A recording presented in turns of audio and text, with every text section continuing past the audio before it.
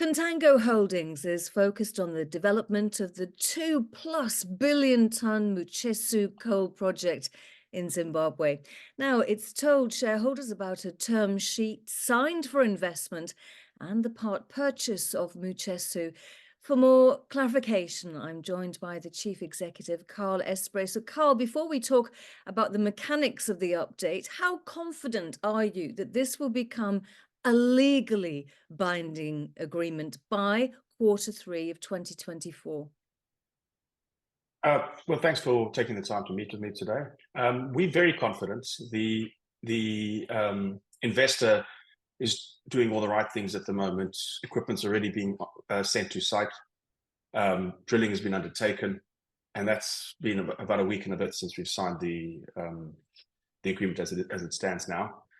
So I'm confident that by Q3, and we are really pushing to get it done even before then.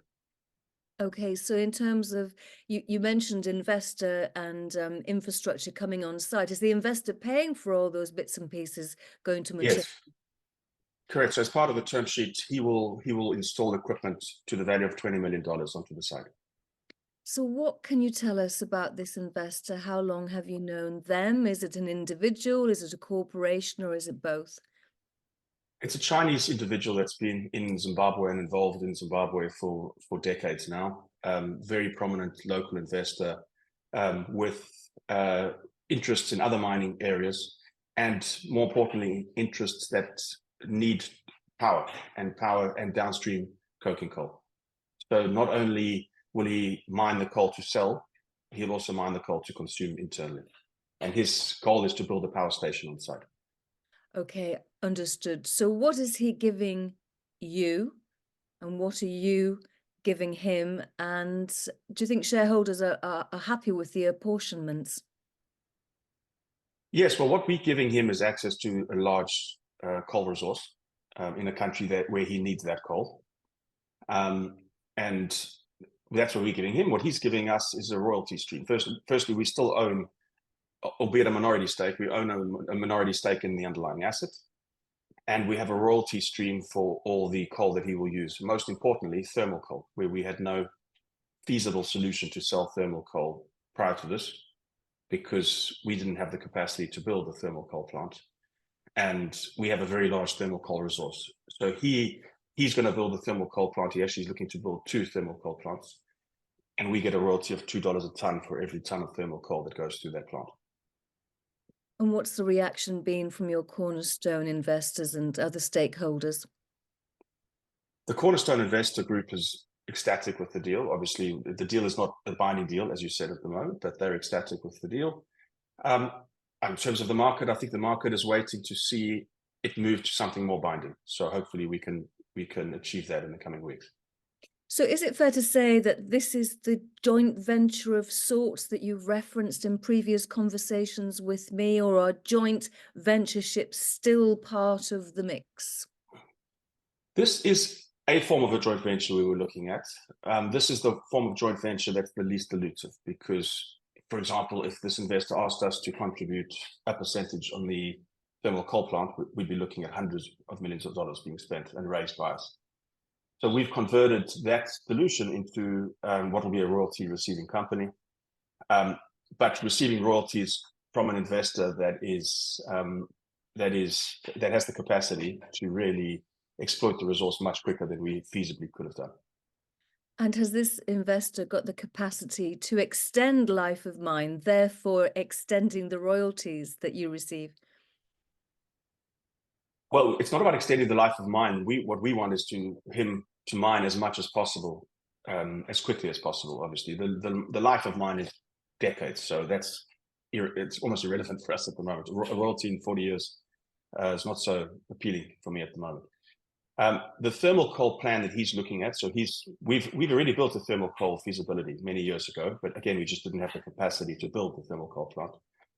He's using that as a basis of his plans, and the thermal coal plan has him mining around 100,000 tons of thermal coal a month, and then doubling when he doubles the size of the plant. So significant royalty base for us. On thermal coal, we get a $2 royalty.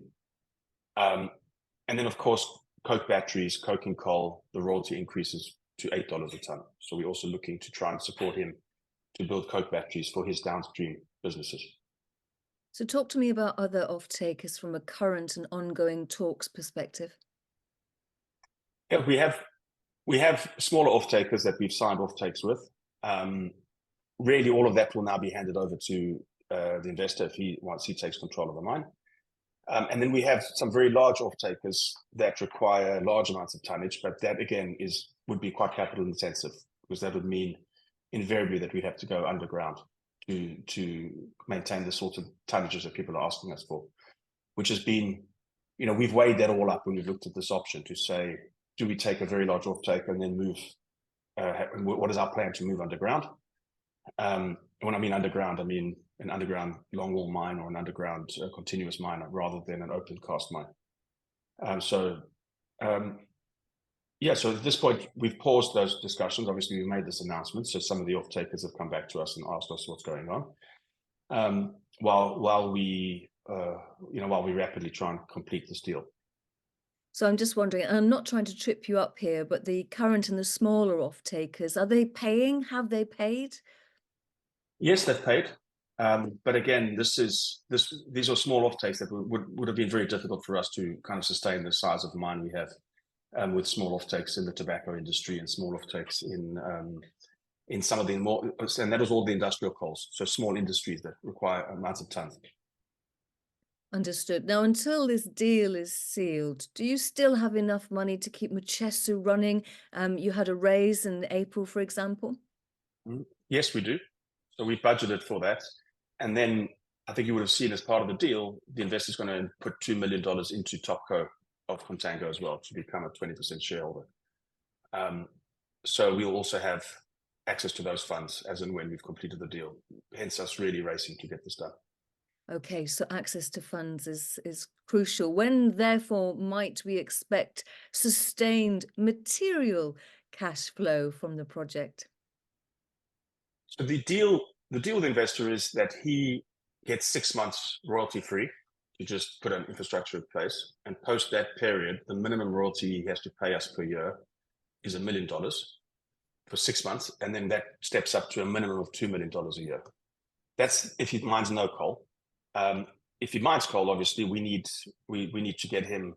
The plan for us is for him to be doing 100,000 tons of thermal coal as soon as possible, and that'll give us $200,000 a month of thermal royalties, plus royalties on the industrial coal and the coking coal that he'll mine at the same time. And so sustained cash flow will come within 6 months as part of the contract. We'll get that cash flow regardless of what he does on the mine side. And we've mapped out a path to getting $14 million a year of royalties from the company when he's got all his industries up and running. And there'll be no cost to us because it'll be his cost. I'm just wondering what the final outcome is, and this is my final question. Do you think that the investor is likely to want full ownership in the coming years? Yes. Remember, we don't have full ownership, so that's not something we can deliver. There's minority shareholders, but certainly we would consider selling further amounts to him in the coming years, as in when it's needed. We'd obviously readjust the royalty as a result, but there's no reason why we would have to stay as a minority shareholder in the company. Understood. So I said that was my final question. I lied to you. So taking all of this into consideration, and let's just factor in that final outcome scenario. What about the value accretion for shareholders? Well, I mean, it depends where you put the base, right? We're at 1p a share. I think the market cap is, I don't know, £6 or £7 million, and we've now transferred all the operational risk to someone with a lot more capacity than we ever had, and we've turned this into a royalty stream. So the risk now is not access to capital. The risk isn't our ability to deliver. It's now his ability to deliver, and obviously his industrial track record in Zimbabwe far better than ours. And so I think that as we move forwards from getting 0 royalties to getting eventually $14 million a year of royalty from him, there's significant upside in the share price as a royalty stream, with almost zero with almost zero cost to us. So we don't really mind the price of the commodity, as long as obviously it doesn't fall to the point that he shuts down the mine. But so, you know, we've transferred shareholders having to worry about profits to just a top line royalty company, which I think is a very positive step. Many thanks. Carl Esprey, Chief Executive of Contango Holdings. Thank you. Thank you, Sarah.